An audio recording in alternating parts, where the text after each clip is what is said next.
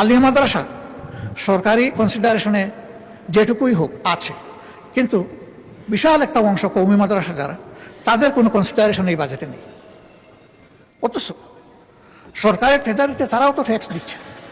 প্রত্যেকটি নাগরিক কিন্তু পরোক্ষ এবং প্রত্যক্ষ কর পরিশোধ করে থাকে, তো তাদের তো হক আছে, তাহলে তারা কেন উপেক্ষিত হবে? হ্যাঁ, এখানে তাদের কিছু আশঙ্কা আছে। তাদের আশঙ্কা হলো সরকারি দান অনুদান সুবিধা যদি গ্রহণ করা হয়, তাহলে এই শিক্ষা ব্যবস্থার উপরেও সরকার ইচ্ছামতো নিয়ন্ত্রণ আরোপ করবে।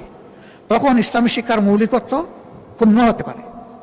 যদি তাদের সম্মিলিত যে সংস্থা আছে হায়াতুল উলিয়া, তাদের সাথে বসে তাদেরকে নিশ্চয়তা দেওয়া যায় যে আপনাদের পরামর্শ মোতাবেকই এগুলা পরিচালিত হবে, আমরা জোর করে কিছুই চাপাবো না, রাষ্ট্রের ট্রেজারিতে আপনাদের হক আছে, আপনাদের হক আপনাদের হাতে তুলে দেওয়া আমাদের দায়িত্ব, আমাদেরকে এই সুযোগ আপনারা সৃষ্টি করে দেন, তখন একটা রাস্তা বের হবে।